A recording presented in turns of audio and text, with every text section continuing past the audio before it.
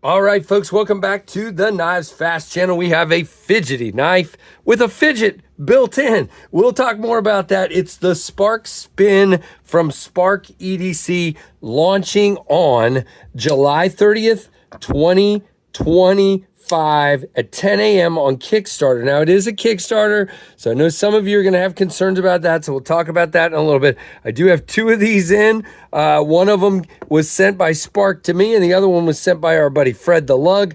So I get two variants to check. Well, they're the same variant, but two different ones to check out. Now, this knife is launching again on Kickstarter on the 30th of July, 2025. And on day one, they're launching these with a 39% discount. So definitely sounds worth. Now, unfortunately, the way Kickstarter works, I don't even know what the price is. I don't have specs. I don't have anything. So we're just kind of doing a quick overview to show these to you guys.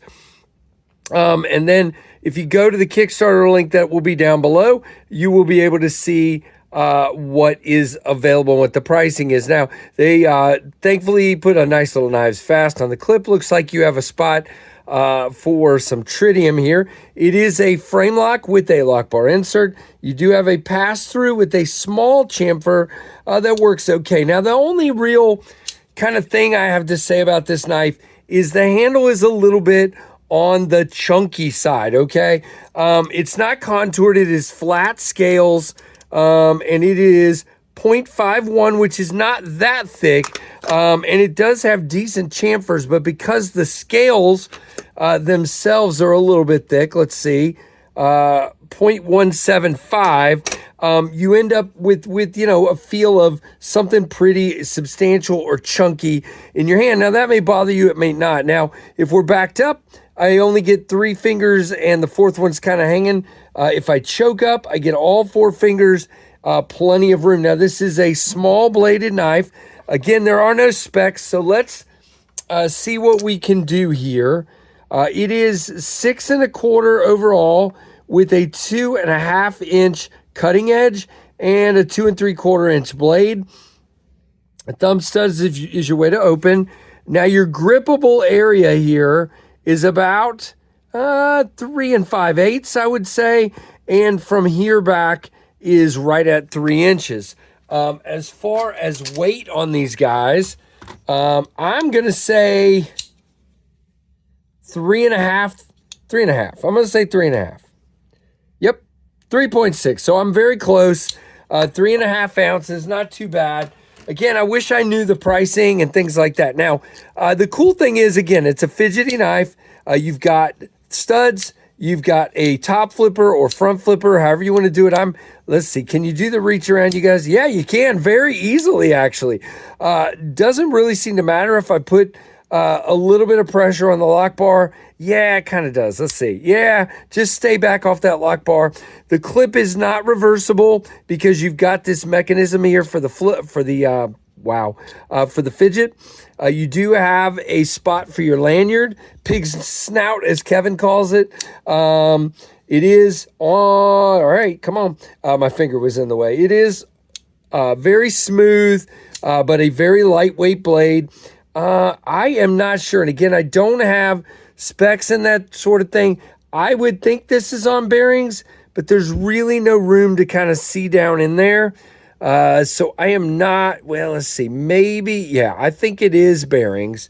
It's just not super droppy, if you will. You see, it's kind of shaky. So it makes me wonder if it's washers, but I'm not sure. Now, you can see we're a little bit close on the plunge, but not too bad. It is M390. Again, since I don't have specs, I don't know the HRC. The blade thickness wise is 0.124, not too bad. And again, let's just see how this thing will cut. Yeah, fine. It is a flat grind. It is not, again, not a lot of blade. Just bear that in mind. It's a small guy. But it does definitely accomplish the cutting task at hand. So I'm going to clear this off because I like to have room. But yeah, very nice. Again, flat grind. It does have a swedge up here.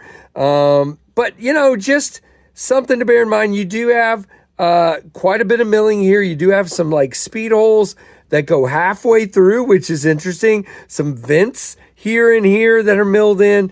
And again, your fidget, you can do it while it's closed or open. It's either clicky or you turn this and it's now smooth and more quiet.